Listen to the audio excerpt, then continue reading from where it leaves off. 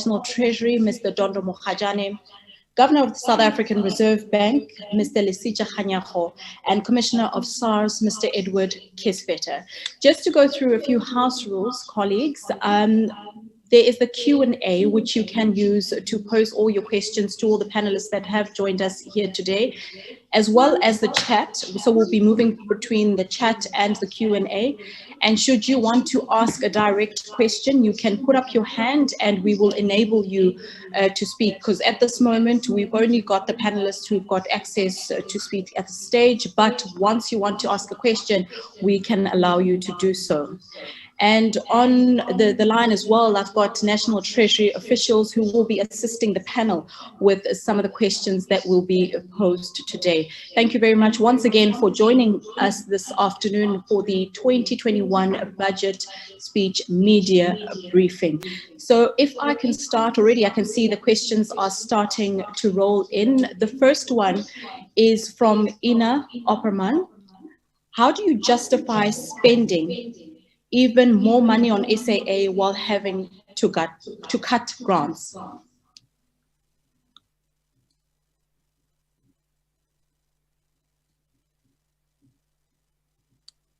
Is that a question to me?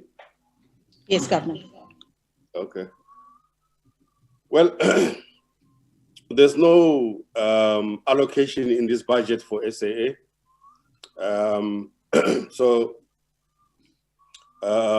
And we have not cut social grants. So the question doesn't apply really. Now we've said that SAA has made a request of rather the business rescue practitioner has made a request of some 3.5 billion rand. That still has to be interrogated to check the veracity of the request. And as such, the answer to your question is that we have not come to that stage yet. But in this budget, in year, there's no provision for SAA. Thank you. Thank you very much, Minister. We've also got a question from Miriam Issa. She's from Finway. Can you tell us whether you will decrease the amounts sold at weekly bond auctions and by how much? I think our colleague Tshepiso Moahlodi is on the line. Should be able to assist us with that question. Yes, I mean, all depends on the program that we're going to put in place. I mean, there's a program that the asset and liability management folks normally follow, and depending on how they spread out the auctions, that will depend on that. But I can hand over to Tshepiso, who is an expert on this matter. Tshepiso?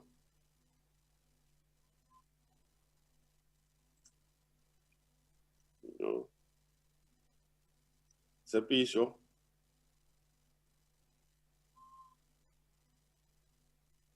Okay, we'll come back to Tshepiso, but for now, I think that's the preliminary answer I can give you, unless if Governor Kganyago wants to say anything more educated than what I've said. No. Okay. Thank you very much, Minister. We've got another question from Hadi Jokos. She's from ENCA. Please explain to us if Eskom has gotten new money allocated in this budget. Gigi?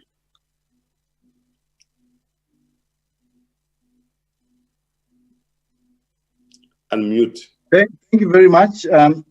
We've increased the expenditure ceiling. Essentially, what we are doing is to make provision for the vaccine in particular, and the pressure that comes with that. So yes, but what we are doing, we're also trying to make sure that as we do that, as we said this afternoon, we want to do that in a very responsible manner, in a way that we recognize that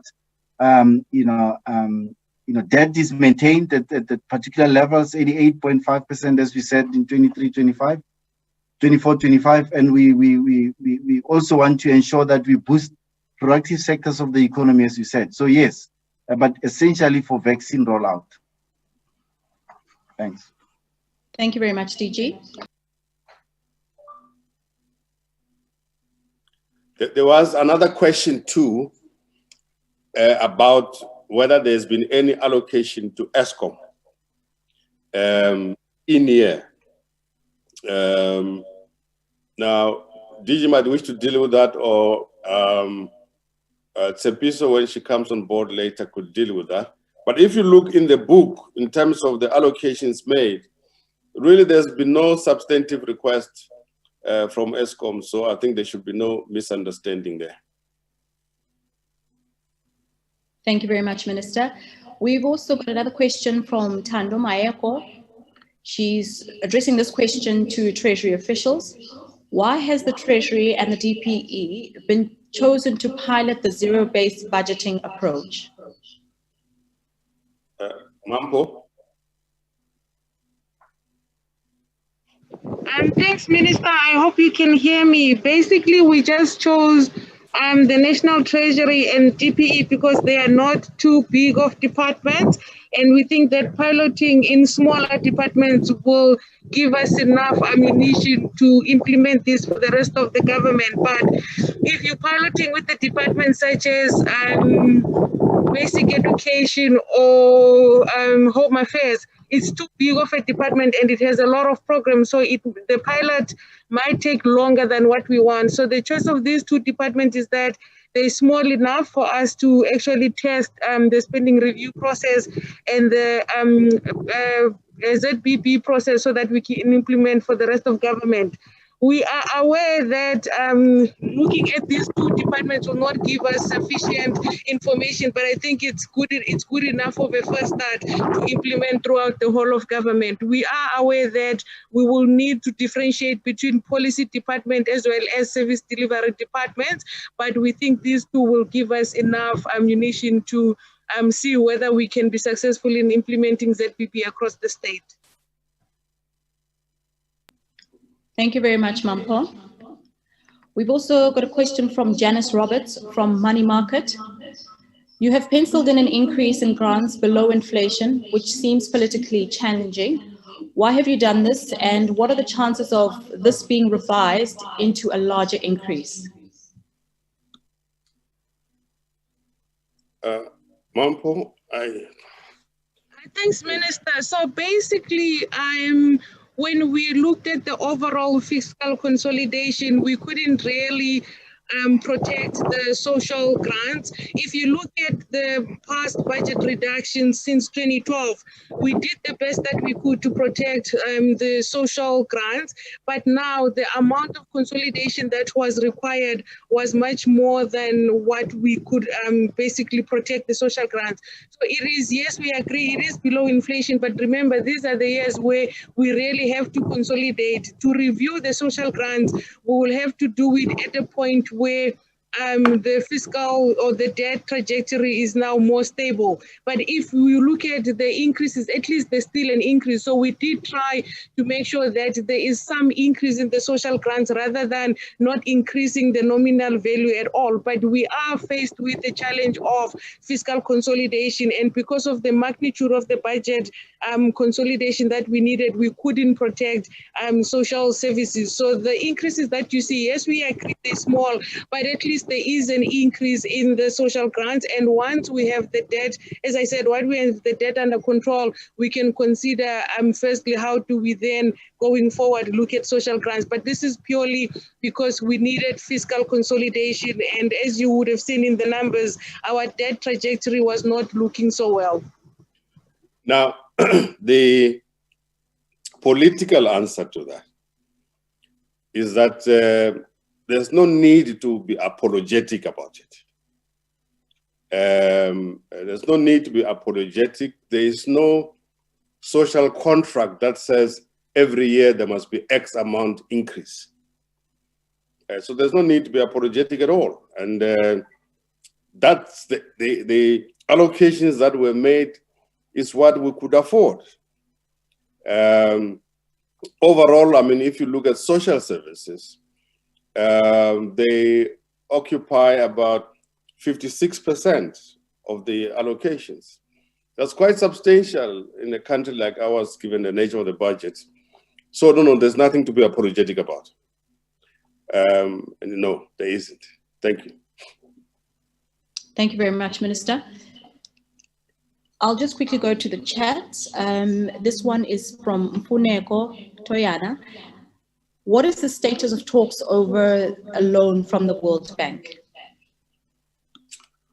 The conversations with the World Bank have to do with the fact that we had set ourselves a target of plus minus $7 billion for our borrowings from the international financial institutions, i.e. the BRICS Bank, the African Development Bank, the IMF, and the World Bank. The conversations with the World Bank were initially very difficult and were bordering on the imposition of conditionalities. As you know, we're very allergic to conditionalities and therefore could not accede to their conditions, and very long conversations, so we had to push back. Eventually, the World Bank had us and began to develop a new stream through which we could access a loan from the bank. So conversations will continue until we reach some understanding. But if we don't, we really have no ex-ante obligation to borrow from the World Bank. But I think we'll probably find each other and in conversations with the World Bank. That's where I can leave it. Thank you very much, Minister. Another question, this is from Carol Payton. The term of the Zondo Commission has been extended.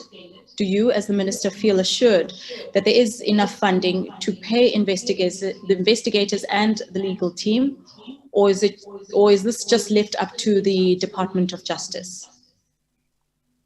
Well, thank you very much. We made it very clear when we extended the 63 million rand to the Commission of Inquiry into State Capture that as far as we were concerned, that was the amount that they must use to finish their work and close out and finish. This perpetual extension of the inquiry into state capture, it's not really conducive. They must finish their work. In fact, their work, in my view, is much less than the work that was being done by the Commission of Inquiry into the Public Investment Corporation. And the Commission of Inquiry into the Public Investment Corporation has concluded, and this one just keeps going on and on. It must end at some stage. So unless if DG has anything to say, I don't think I'm going to sign up on another tranche of cash to the State Capture Commission. They must finish their work. Thank you, Minister. If that to proceed, then maybe the Department of Justice has another source. Yes, I was going to say that. I mean, I was saying currently in the current framework, we don't have any provision for that extension. If there has to be any extension, there has to be reprioritization within the Department of Justice. There are many things that needs to be considered there. The cost of the commission itself, these are things that must be considered. The cost of the lawyers, the daily remuneration costs are things that must be considered. But we will help the department to reprioritize from within the department itself, and not us at this point giving any resources to the commission. Thanks. This is a pretty long question from Marvin Charles. He's from News 24. So it starts, Minister Mboweni, earlier today in Cape Town, trade unions held demonstrations as you were about to present your budget for the financial year. Their plight ranged from the unemployment rate, which they are concerned about, and they are demanding that government provide a minimum wage of 12,000 Rand. Can you respond to that? Also, in the budget presented on conditional grants, that is, if a province or municipality is not spending its allocated funds or does not comply with the grant conditions, then further transfers can be withheld or reallocated to another recipient. Are you not concerned on what impact this will have on municipalities' financial standing? So it's about two questions in one here we've got, Minister. The government sets the national minimum wage based on the advice from the Employment Conditions Commission or from the panel of experts. And I think the Minister of Labor is responsible for announcing the determination, which I think he has recently done. So that's the job of the Minister of Labor. I might have been Minister of Labor before, but I'm not responsible for that function now. But the Minister of Labor is responsible for that and has probably announced the new national minimum wage. So protesting to me is not helpful, except to say that maybe to make us aware that there are difficulties in the minimum wage system. So I don't mind to have the conversation. It's always good to have a conversation, but that's not my lane. And I didn't see the demonstration because I would have gone to talk to them. On the issue of the municipalities, I think in order to democratize this platform, I'll ask Osmadi Jane Ngaleni to say something if she wishes to do so, fail of which I might have to ask Dondo or I'll do it myself. Osmadi Jane? Thank you, Minister. Am I audible? More than audible. Okay. So the question has got two parts to it in terms of what we are saying about conditional grants in the book. So the first thing is around the situation where a municipality or a province commits serious or persistent material breach of expenditure control measures. So where we can actually intervene and act in terms of even stopping conditional grants for some time to enforce, to deal with the non-compliance issues. So that is really a measure of, consequence management, if you like, in terms of acting on the failure to implement the norms and standards in financial management. So the second one is around how we deal with non-performance, particularly in-year non-performance. So what municipalities and provinces like the rest of government have is a 3-year indicative 2-year allocations that would actually provide an opportunity for them to actually do proper forward spending, because usually this happens in the context of infrastructure projects. So they are meant to do that, and there is quite a bit of support that also is meant to help them to plan, package their projects, and be in a state of readiness to implement when the year begins. But what you will find is that sometimes it doesn't happen that way for various reasons. They end up indicating that they would be underspending in year. So what departments would do is, instead of losing the money because this province or this municipality will not spend, because if it's underspent, it will have to come back to the revenue fund. So while on the other hand, there is also opportunity in other provinces and local government in the same sector that are actually making progress. So then overall, at least the sector doesn't lose. You can make progress by reallocating to the municipality that is actually making progress. And that, we believe, is also part of an incentive. So it's more or less like a carrot and a stick situation where we are saying, we support you, but if you don't, then there's a stick for you, actually you will lose the money. So we hope that that will actually enable them to do better planning and spend the money. So that's it, Minister, thank you.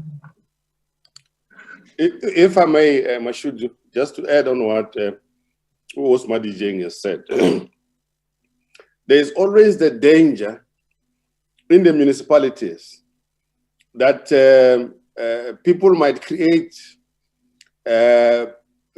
projects through which they loot the grants or the state finances. And I've been warned from time to time that be careful of this or the other grants, because it can be looted. Whether it's about infrastructure, municipal infrastructure grant, or whatever it is, because people just sometimes can just create projects, not just in the municipalities. There's a tendency generally for corrupt people to do wrong things. Let me give you an example. I went to an area called Hadzumeri, next to Guyana. I was going to campaign there politically. And the chiefs in the area said, no, you can't campaign here. I thought they were being disrespectful to the Minister of State and the leader of the African National Congress. They said, you can't campaign until you come and sit here and talk to us. So I went there, sat down, spoke to them. They told me about a non-existent road, but an existing bridge. So the contractor built the bridge, constructed the bridge, but forgot to construct the road. The bagger did not forget to construct the road. He stole the money. He ate the money. That's what the situation can be. And now I went to see the bridge. I saw it with my own eyes. It exists, but there's no road. So people do create these projects, like at Malamulele, there's supposed to be a stadium. Money has been allocated, money is gone, and there's no stadium. So we have to be vigilant, and I think Osmadi Jeng is correct. We have to remain vigilant, but really we must assist the municipalities to have the requisite skills to manage their budgets. And in this respect, I think working together with the mayors and so on, we need to appoint suitably qualified municipal managers, appoint after a open recruitment process, financial managers who know how to manage finances, and so on. So there are about 5 key positions in municipalities which require really qualified specialist people in order to get the finances of the municipality going. And of course, the law enforcement agencies must follow on any malfeasance which might be there. I'm sorry I went off tangent a bit, but it's part of an overall package. Thank you, Mashud. Thank you very much, Minister. There is a question that we asked earlier on in the session and Tshepiso could not answer, and she's online and she'll be able to assist us with that one. It's, can you tell us, Tshepiso, I'm just going to repeat it for you so that you know. Can you tell us whether you will decrease the amount sold at weekly bond auctions and by how much? Thanks, Mashudu. Yes, thanks, Mashudu. The table 7.2 in the budget indicates the gross borrowing requirement over the medium term. And we can see in 2021, highly elevated gross borrowing requirement, which then subsequently decreases over the medium term. So therefore, the implication is that the weekly bond issuances, including the treasury bills, will also decrease. The treasury bill weekly auction amounts are already published on table 7.3 of the budget. The bond levels will be announced before the first auction in the new financial year, and that will be published through SENS to the markets. Thank you. Thank you very much, Tshepiso. Okay. We've got a question from Michelle Gumede from the AFP. The minister had a positive outlook on GDP growth in the 2021-2022. In which areas or sectors is this growth anticipated? I'm in trouble, so.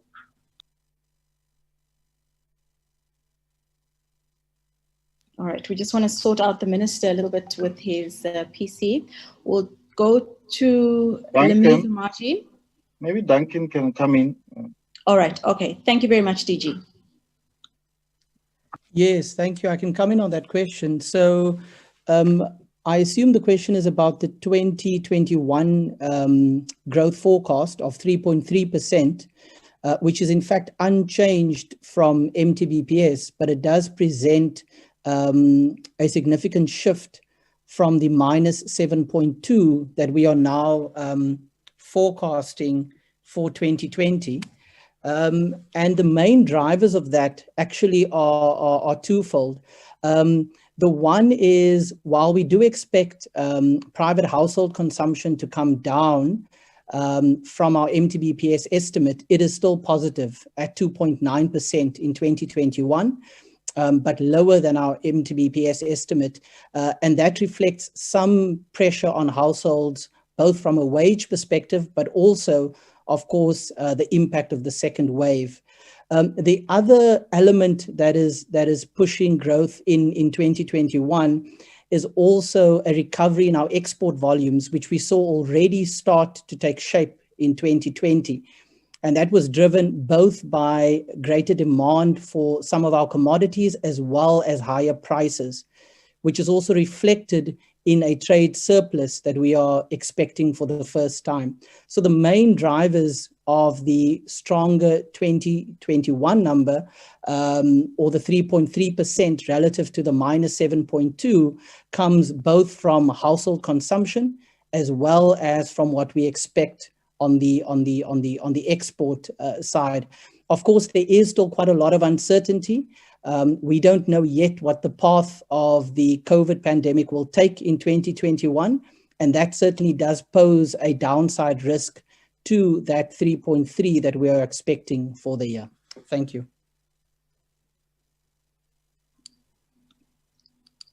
Yeah, I'm covered there. Mashili. Thank you very much, Duncan. Thank you, Minister. We'll go to SAA once again. I think it's a follow-up question from one that was posed a little earlier. If SAA has been allocated the 3.5 billion rand that the business rescue practitioners say they need, are you concerned that the rescue process and the strategic equity partners SAA want to attract will be jeopardized? This question is from Carol Payton.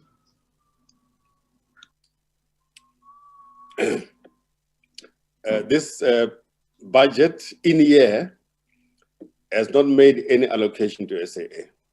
The rest is speculative and must be directed to the Department of Public Enterprises. Thank you. Thank you very much, Minister. A question from Ray Mahlaka. Could Treasury officials talk about Operation Vulindlela? Who are the people that have been appointed to support Deputy Minister David Masondo in Operation Vulindlela? I understand that there are some private sector individuals that are part of the Operation Vulindlela. Principal, please take it over.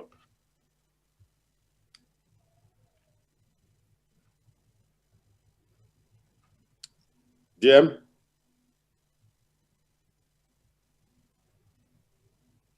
DM, are you there? Okay, Duncan. Yes, thank you, Minister. So, Ray, as you know, Vulindlela is really about prioritizing the structural reforms that can have the highest impact on growth in the short to medium term, hence the focus on the network industries, in particular electricity, water, transport, and telecommunications. There's a team at the Treasury that is led by Dr. Sean Phillips, who has a core team who works with him of sector experts, and he's also supported by about 10 to 15 Treasury officials across the various divisions who have quite deep sector experience and who work with Dr. Sean Phillips, as well as ourselves in the Economic Policy Division. At the presidency, there's a team led by Mr. Rudy Dix, who's the head of the Project Management Office in the presidency, and he has a team supporting him as well on his side. And we work very closely together as the Treasury and the presidency. We have weekly meetings, and of course, our job is to support the line departments in the implementation of these structural reforms where that support is needed. There are also sector experts that we engage on a reform by reform basis where additional expertise is required. So occasionally we do reach out to sector experts to support the work that we are doing at the Treasury and at the Presidency. It's very important. It's a pity that Deputy Minister is not here. The idea, I mean, when I dreamed up this idea of the Vulindlela unit, it was to have the capacity and the capability to unlock any blockages in the structural reform program, but also to probably assist the government to work more smarter, unblock where the blockages are,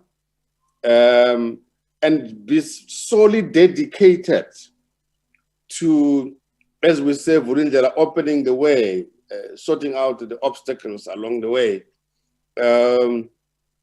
And Duncan is quite correct. In order to support the economic reconstruction and recovery program, we need this dedicated team to help in sorting out these blockages that I'm talking about. I think that's very, very important.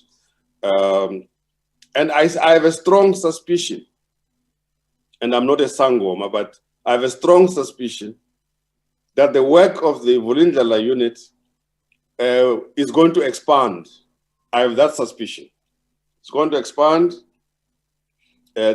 given the execution capacity and capability. It will expand to include additional support in the economic reconstruction and recovery program. And it might just about become an example of how within the state system we can unlock these blockages. I think it's a very important initiative. I think it was a good dream. And but Vulindlela unit can only function when there is sufficient cooperation in the entire state system. So they do not go to other government departments with any sense of arrogance, but with a sense of cooperation, collegiality, identify the problem and work together to solve those problems. Yeah, thank you very much. Thank you very much, Minister. There are two questions around the wage bill, and I thought I should just ask them at once so that we can get just one response. The one is from Devin Murugan from ENCA. Does the fact that we have no resolution as yet on wage freezes with the unions affect budget projections? And then there's another one from Lamise Romaji, she's from Fin24. If discussions with the public sector unions are still ongoing about the next wage deal, why have reductions to public sector wage spend already been included in budget estimates? I think it's in two parts. The second part I'll ask DG or Mampo to deal with, but the first part is a political one. The point being made here is that there is a new round of negotiations which is going to start. So these matters are going to have to be back to the matters of going forward, not backwards, but forward. You have to be negotiated at the Public Service Bargaining Council. And so Minister Nkunu will be leading that process. And so the political answer to the question is, yes, there has to be conversations. I was Minister of Labor before. I know exactly how you go about the negotiations process. You do not rely solely on the bargaining council. A lot of the work actually which then eventually ends up at the bargaining council, is done outside. And conversations which happen, which eventually lead to the formalization of the agreements in the official structure. So I know that there are other people who say there are no conversations taking place. The fact that you don't know that people are talking to each other doesn't mean that talking is not taking place. And so therefore the point needs to be made that conversations have to continue in one way or the other, whether in the lift, whether over dinner, whether by cell phone or whatever the case. There's conversations all the time. In the nature of labor relations, you never close down the channel for communications. And you don't talk to everybody at the same time, obviously, because everybody will meet at the bargaining council. And it's not divide and rule at all. It's just to have an open approach to conversations. But DG, you might wish to deal with the second part of the question. Thanks, Minister. Lamis, I think that budgeting is a science. Many people can agree and understand it differently. But at some point, that compensation budgets line item in the budget must be, a number must be there. Now, we've done this for the past 20 years, if I remember, even long before that. There's always been estimates. Medium-term expenditure estimates will have certain assumptions in them, whether it's inflation, whether it's stagnant kind of growth in averages over time. But however, that in itself does not dictate the term of what's going to happen in the Public Service Bargaining Council. It's an intention based on the realities and the negotiations and the veracity of the engagements and the negotiations of the bargaining council, then that number changes. So, and again, the current, the recent court ruling, indicated that we have got a certain particular role as Treasury, and we have to articulate it as such in terms of affordability and in terms of what is available in the coffers of the state. Now, that also is a factor that we'll have to present in negotiations. So, it doesn't mean by putting a number over the medium term, then we have already decided on the negotiations. We would have issued an intent. And that's why I was going to say to you that a budget is a statement of intent, or it's a statement of political intent. It's a statement of estimate. You can explain it in many, many ways. But in this particular instances, all we are saying is that there has to be a number. Negotiations can give us a lower, same number or a higher number.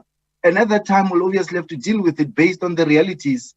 And the recent court judgment, as I said, is a good indicator of what exactly our position is on some of these things and what we should be considering in whether to give a higher or a higher than inflation or an inflation or a lower than inflation rate increase. So I think that in a way suffices in terms of the question that you asked, Lamis. Thank you.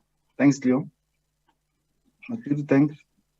Thank you very much, DG. The Deputy Minister is on the line now, and he can respond or say a few words about Operation Vulindlela. DM, I don't know whether you want me to repeat the question for you or you just want to say something about the unit. Thanks.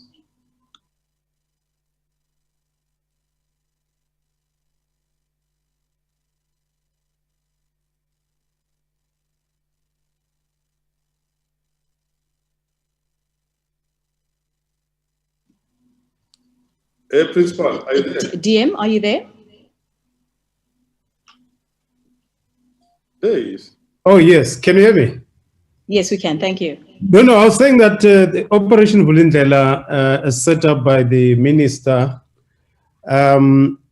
is meant to deal with the structural constraints in our economy, which range from, largely the network industries, electricity, telecommunication, water, as well as skills, because part of the reason why our economy has not been growing, it's the underperformance of our network industry, but there are also other policy constraints in those industries that are making it difficult for the potential of our economy to be realized. So we do have a unit. It's politically headed by myself, Sean Phillips, who used to work at Dr. Sean Phillips, who used to work at the DBSA, has been seconded to the unit. Colleagues from National Treasury, Duncan, who heads our Economic Policy Division, is part of it. But the presidency, they've also seconded some of the officials, largely from the PMO, who are working with us in opening the way, basically dealing with the structural constraints on our economy. And I'm not so sure if you had said something, Duncan. If you don't mind, you can add to what I've said. No, it did, and I also went ad infinitum or ad nauseum talking about it, but we thought it would be important that you come on board as well. Yeah, we've spoken, the two of us. Okay, thank you. Thank you very much, Deputy Minister and Minister. We are coming to the end of our press conference, so I'll touch on a few questions so that we can wrap up at 4 o'clock, at 5 o'clock rather exactly. So we've got a question from Laura Gardner. She's from DebtWire. Could you provide more details on the disbursement timeline and conditions for the 7 billion rand to Land Bank? Could you update us on Eskom debt restructuring talks, including plans to transfer about 100 to be overseen by the PIC? Thank you.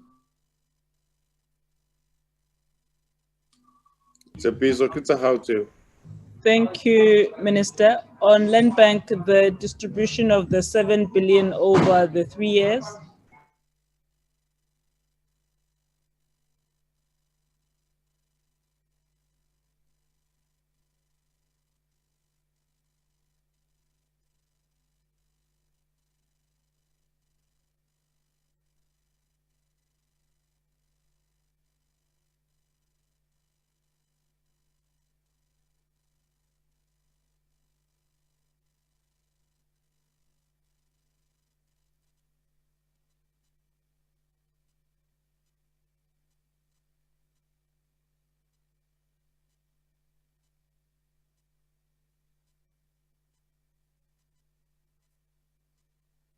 Undertake. So there are governance processes that each entity would need to follow in order for anything to be done. It's not up to the Treasury to restructure the debt of Eskom.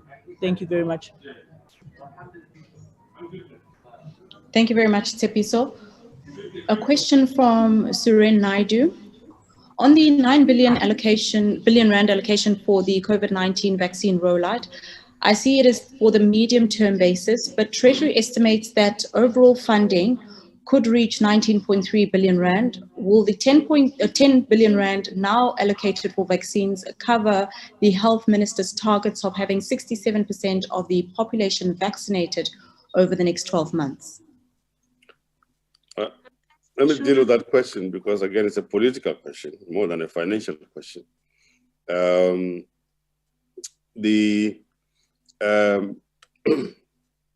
Department of Health is responsible for determining the health needs of the country. And then in conversation between the Department of Health and the National Treasury, but also the conversation between the Minister of Finance and the Minister of Health, certain understandings emerge which will support the rollout and other things. Let me give an example.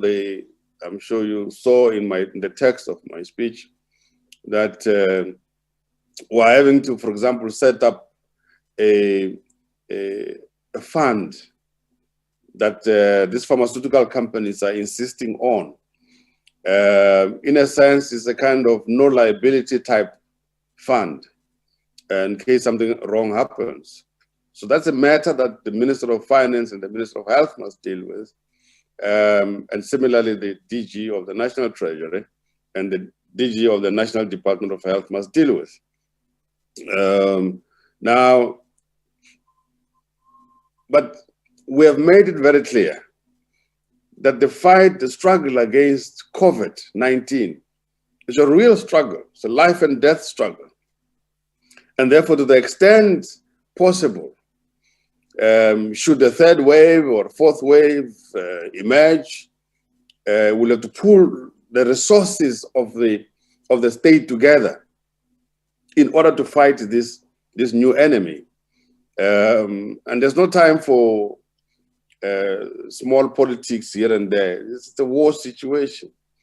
So in relation to the vaccines, whether it's from one pharmaceutical company or the other, in coordination between the Department of Health and the National Treasury, but also between the two ministers, will work and together with the technical teams to see what to do.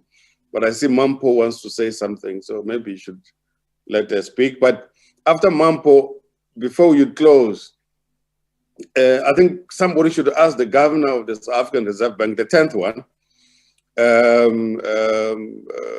what the feeling is in the bank about the monetary policy, fiscal policy mix. What do all of these things mean? I think it's very important. We have the governor here. No. Very important person. Number 8, there is a question. There is a question in the chat room. I think he should say something. There's a question in the chat room. Okay. Mashoud, there's a question in the chat room. Thank you very much, Governor and Minister. I thought maybe Mampo could respond to the vaccine question, and then we can then go to the question that the Governor will respond to. Thank you. Mampo? Thanks, Mashoud. So all I wanted to say was that the money that has been allocated, we did work with the Department of Health, and it's their required funding. So what we have done is to manage potential underspending and the distribution of money within the 3 years that we're looking at the vaccine program. We will put some of the money in the contingency reserve such that every time when health requires additional funding, it's easy for us to allocate the additional funding for them. So what we have put in the framework and in the budget review is a consolidated amount that we worked between us and the Department of Health, and we think it's sufficient. However, if there is a need, for example, for 2020-21, there was a need for the Department of Health to enter into bilateral agreements with the suppliers. Therefore, we allocated 1.1 additional for this year, ending at the 31st of March. So the money that you see in the fiscal framework is not the total amount. This is just given the methodology and the calculations by both National Treasury and the Department of Health. This is what we think is sufficient. However, if we need additional funding, we will definitely use part of the contingency reserve to fund the vaccines. Thanks, Mashudu. Thank you very much, Mampo. A question in the chat, this is from Funeko Toyana. Can NT explain what dangers it sees from local banks holding too much government debt? Was this part of the reason for lowering local issuance? I'm not sure, Governor, if this is the question that you saw in the chat that you'd like to respond to. Yes, that's the question, but can the Treasury start with the last part of that presentation, and then I'll deal with the banking side. Thank you, Governor. I can start. With the non-residents selling a significant portion of the holdings of the local currency debt, from the highs of 41% to about 29.9%. We have seen domestic banks, especially of this year, significantly increasing their holdings from 16.7% to about 22%, and other financial institutions from about 14% to about 17.6%. And obviously, when we consider the absorptive capacity of the sector, we're not just looking at the banks. I mean, banks are only holding about 6.6 trillion of assets under management, while the non-banking sector is holding about 10 trillion. So it's quite significant even what is in the non-banking sector. But having said that, I think we have seen the strain in the whole market in terms of their absorptive capacity. There are regulatory limits, especially with the banks and also asset managers, in terms of how much they can hold in various asset classes.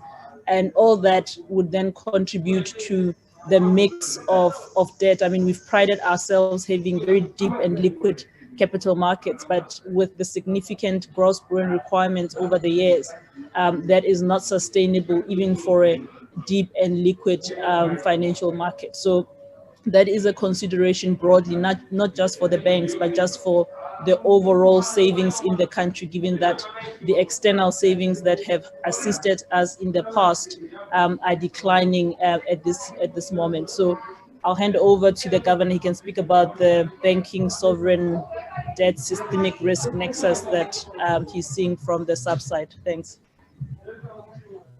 Thanks, Sepi, and thanks to Governor number 8, and congratulations on a very bold budget. I would like to address the question on 2 fronts. I will first take a macro stance, which is where number 8 and myself spent a lot of time interacting, talking about the interaction between fiscal and monetary policy and what it means for the broader economy in South Africa. And then secondly, I would like to address it from a perspective of where the rubber really hits the road with respect to fiscal and monetary policy, and that is the interaction between monetary policy and the government's borrowing activities. The budget that has just been presented showed that the deficit for the fiscal year that ends the 31st of March would be 14%. Last year, we thought at the time of the MTBPS, it was around 15% or just north of that. What that meant was that government was borrowing the entire savings generated in this economy in 1 year, leaving nothing for everybody. And that raises the cost of capital across the economy. We can take this further and say that we had actually seen that in the period of the 90s, late 90s, through into the 2000s, when the public debt was on a decline, gross fixed capital formation was on the rise. Fast forward to 2018, 2019, government's borrowing exceeded what we had seen as growth in gross fixed capital formation. Put simply, the rise in government debt crowded out private investment. And that is the macro price that this economy had been paying. And so don't cry and say the economy is not growing, because the savings that were available were consumed by the government. What this fiscal framework has done with the government's borrowing requirement declining is to relieve that constraint. So the savings investment constraint is relieved. So that relief, you are not just seeing it with the fiscal stance, you also see it in the external accounts, because we are running a current account surplus. And so that helps to alleviate the macro constraint. So from a macroeconomic perspective, the fiscal consolidation is releasing the much needed savings in the economy for investment. And secondly, it reduces the cost of capital, because government is the most credit-worthy of the borrowers in this economy. And because of that, what you then see is that the surplus sectors of the economy would tend to first lend to government before they lend to everybody else. So as government brings down its borrowing requirement, it releases the surplus sectors of the economy to invest elsewhere in the economy. That is the big macro interaction that you actually see. And that picture is also reflected in the sense that we have seen that the rise in government borrowing was accompanied by a decline in the issuance of corporate bonds. And so that is what it was thus reflecting. Now, if we take this to the interaction with the bond market and what we then see there and the role of the banks and what this actually means for the sovereign banking nexus, we see the following. The international standard in banking regulation is Basel III. And the Basel III capital standard and the liquidity standards interact to create a safer banking system. The most important one for the purpose of this question is the liquidity standard called the liquidity coverage ratio.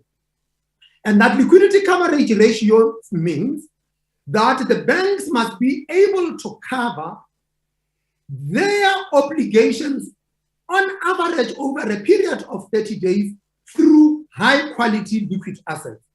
Those high quality liquid assets are thus defined as government bonds and government treasury bills. Now, in the period in 2011, as we were introducing the liquidity coverage ratio, the South African banks couldn't comply with the liquidity coverage ratio. And the reason that could not happen was because the South African Treasury was running such a tight fiscal ship. And as such, there weren't bonds for the banks to meet the liquidity coverage ratio. What you have since seen was that with the rise in government's borrowing requirement, the banks were able to meet the liquidity coverage ratio. That coverage must be 100%. But over the past 3 years, what we have seen is that the banks have gone above that 100%. The Treasury have benefited from that.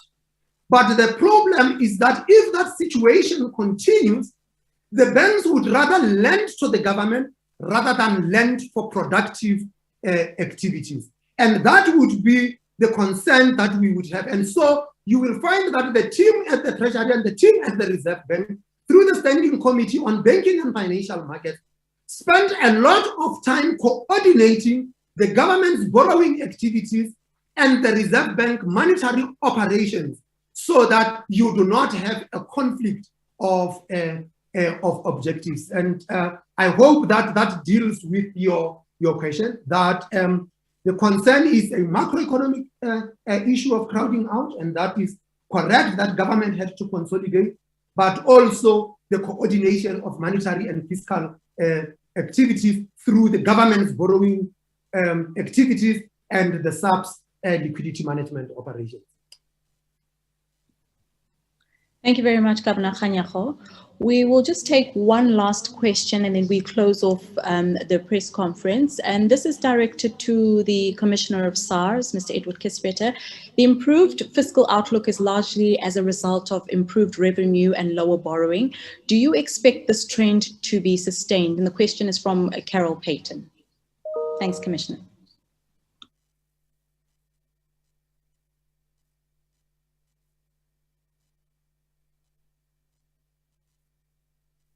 So thank you.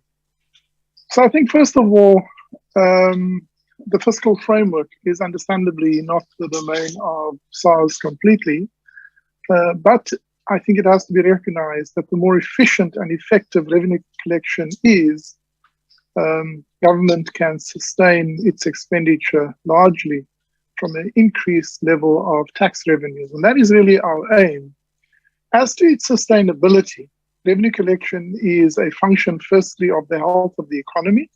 And so when the economy is in decline, as we see now, when a year ago the minister announced the 1.425 trillion, he based that on a nominal expansion of the economy of 5.1.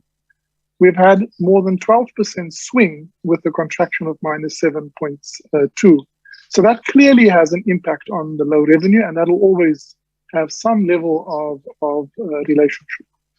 But there are two very important factors that gives effect to the final revenue collection. The one is the level of confidence that taxpayers have in the system of government, including SARS.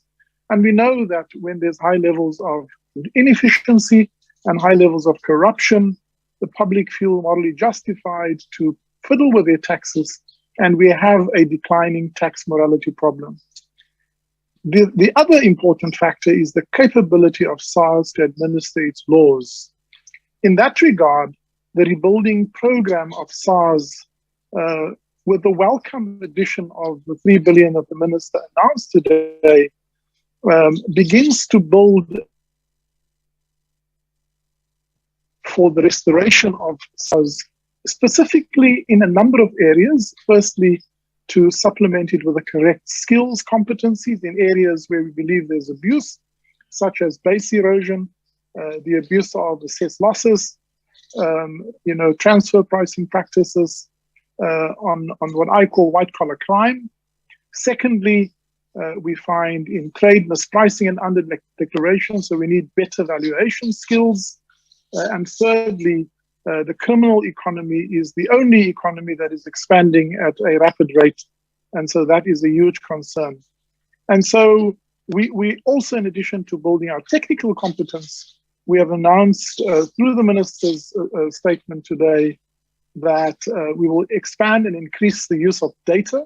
Today, we cannot run an effective SARS without a full command of the analysis and the predictive capability that data allows us, using machine learning algorithms and artificial intelligence, and then increasingly building efficient end-to-end technology platforms on which we administer it. So that's really our program.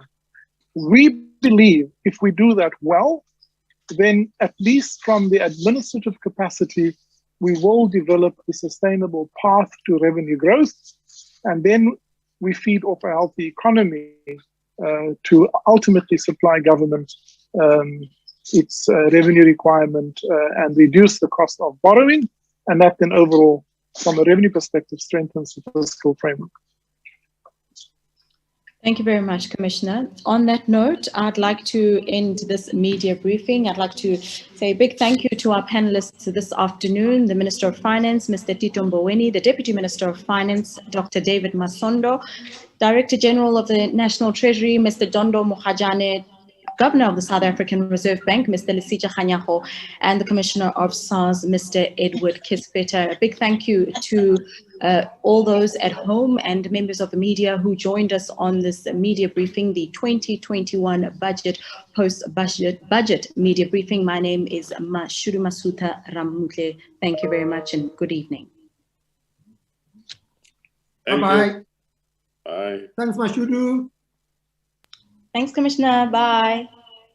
I'm not Commissioner, man. Thank you, Governor. I didn't see you there. Thank you, Governor. Thanks, everyone. Yes, bye. And to avoid any confusion, you must always refer to him as Governor number 10, because there's another governor around here. Governor number 8 and number 10. Thank you very much for your time. Bye. Yes, bye-bye. Okay, I'm ending off, colleagues. Thank you so much. Thank you very much, Mdeni. Much appreciated. You're welcome. Thank you so much. Mashudu, well coordinated, well moderated. Thank you. We had already spent too much time with the colleagues, so they've probably gotten the best. This is probably their best budget. I allocated 2 hours of them during the Q&A and this hour, so we've given them 3 hours.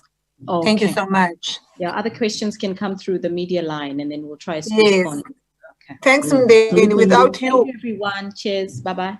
Bye. I'm sorry, before you go, yes. I'm going to make this available to you guys. No problem. The recording for your own profile. Much appreciated, dear. Thanks. Thanks, Ben. Thank you so much. Bye-bye.